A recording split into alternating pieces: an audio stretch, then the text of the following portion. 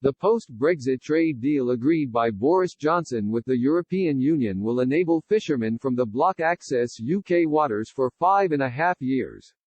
Should Britain scrap the agreement at the end of the grace period in June 2026 and take back full control of its waters? As part of the post-Brexit trade deal, both sides agreed that 25% of EU boats' fishing rights in UK waters will be transferred to the UK fishing fleet until June 30, 2026. EU fishing quotas in UK waters will be cut by 15% in the first year and 2.5 percentage points each year after, and it is estimated that by 2026, UK boats will have access to an extra £145 million of fishing quota every year.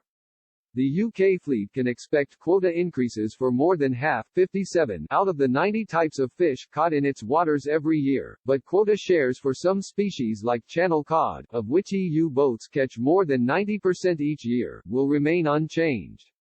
Following the end of the adjustment period on June 30, 2026, annual talks will begin to determine the amount of fish EU fishing boats can catch in UK waters, and vice versa.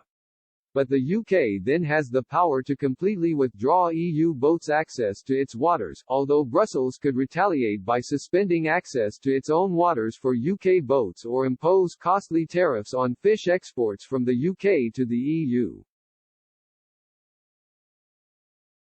Speaking during a press conference from Downing Street on Christmas Eve, Mr. Johnson said for the first time since 1973, the UK will be an independent coastal state with full control of our waters. He added Britain's share of fish in its waters rising substantially from roughly half today to closer to two-thirds in 5.5 years' time. The Prime Minister admitted the UK had given ground to the EU on access to fishing waters, but insisted that as a result of the deal, the country will be able to catch and eat quite prodigious quantities of extra fish.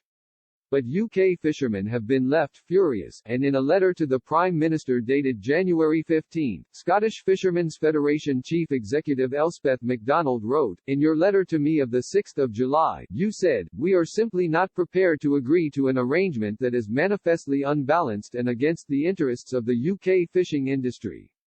Yet that is what has been agreed. You also said, we are committed to ensuring there are annual negotiations for access to, and sharing of, fishing opportunities, based on the principle of zonal attachment. Yet we find ourselves with an outcome where the EU fleet will continue to have full and unfettered access to UK waters until the middle of 2026, and should the UK want to change these arrangements at that point, the EU can impose a suite of punitive sanctions on the UK. No other coastal state in the world is in this position."